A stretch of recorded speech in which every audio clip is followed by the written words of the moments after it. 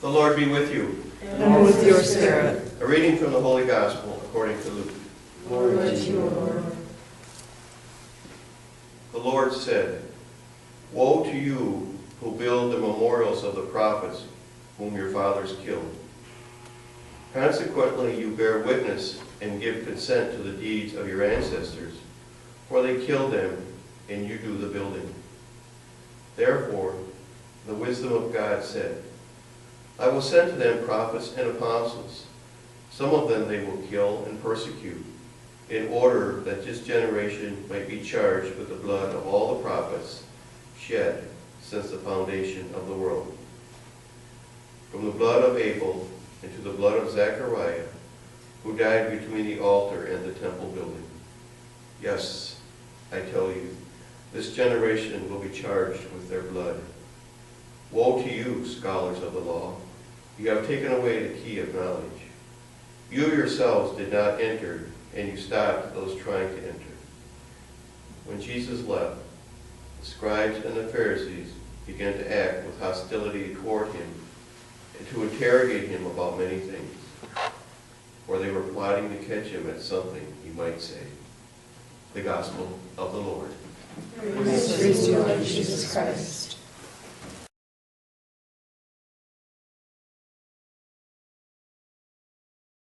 As Ignatius of Antioch was being transported from Asia Minor, where Antioch was, to Rome, where he was going to be executed, the Emperor Trajan was a pretty ruthless individual, and he knew he was going to wind up in the Colosseum.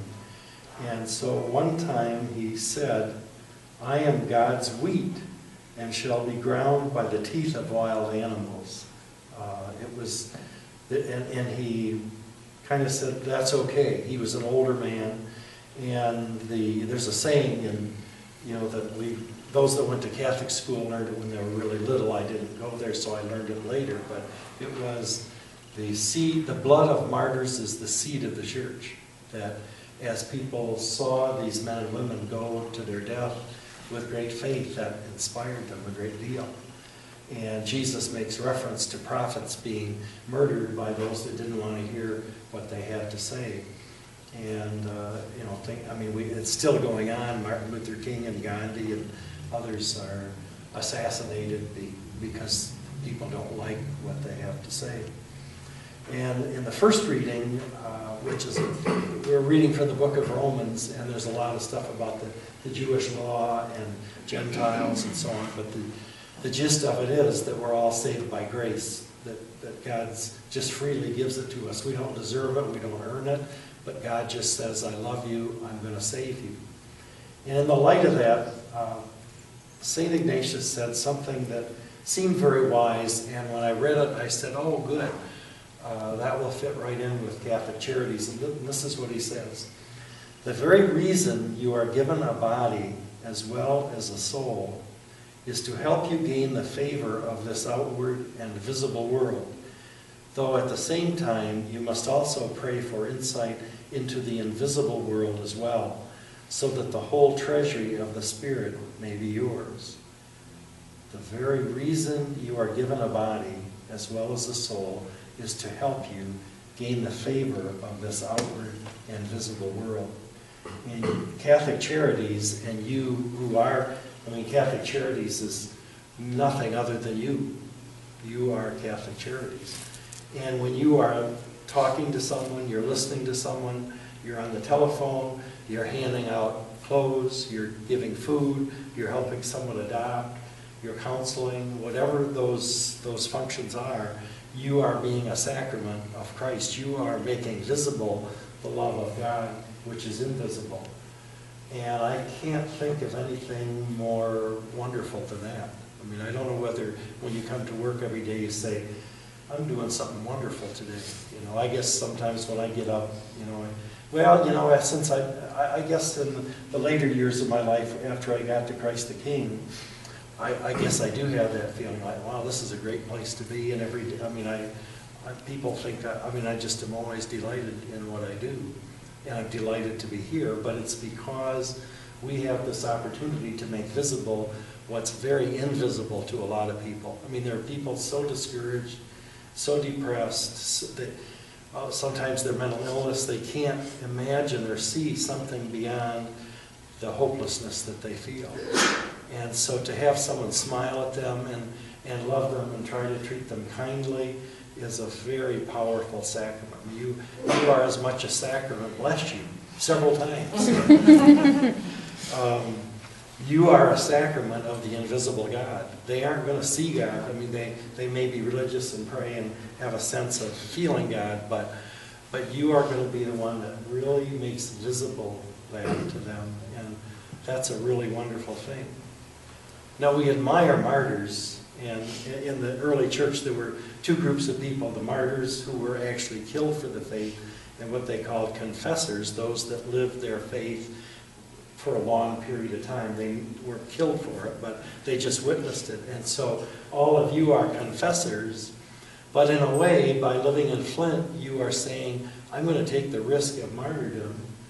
You know, you probably, the percentage of people who might get mugged or hurt working in Flint is greater than if you were a social worker in Beverly Hills, Michigan, or Grosse Pointe Park, or wherever. I mean, we could choose to be in more affluent situations, but you have chosen to be here, and maybe and sometimes it works both ways. Like maybe it was the only job that you found that was with your skill set and your training, and maybe that's why you came. But then once you're here, the magic, the mystery of how God uses us takes over, and you're saying, I'm really glad I'm here. And I hope that, you're allowed to be crabby some mornings, but I hope that generally speaking, when you come to work, you're saying, I have an opportunity today. I'm glad about what I do. I'm grateful that God's using me to touch some lives of people that need to be touched. And they may not tell you, they may not be able to articulate how you've touched them, but you are a sacrament as much as the bread and wine of Eucharist or the water of baptism. You are a sacrament. Catholic Charities is a sacrament, and that's a pretty good thing, pretty good reason to get up every morning, I hope. So I hope you enjoy. I don't know if you're a morning person or a night person or whatever, so I allow unmorning people, like the night kind of person, to be a little more crabby, but ultimately I hope that sometime during the day you say, God, thank you for letting me be here. Thank you for giving me the chance to listen to this person.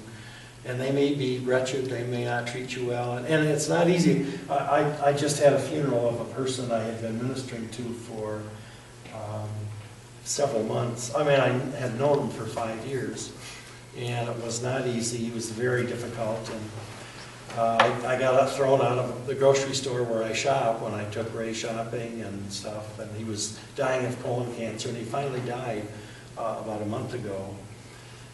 And the last time I saw him was the day before. I was there with a hospice nurse, and his mood changes would come and go just very radically. So, he'd be glad when you got there, but then something would set him off and get him into his dark side. And so he finally yelled, I want you, the two of you, Lisa and myself, I want you out of here.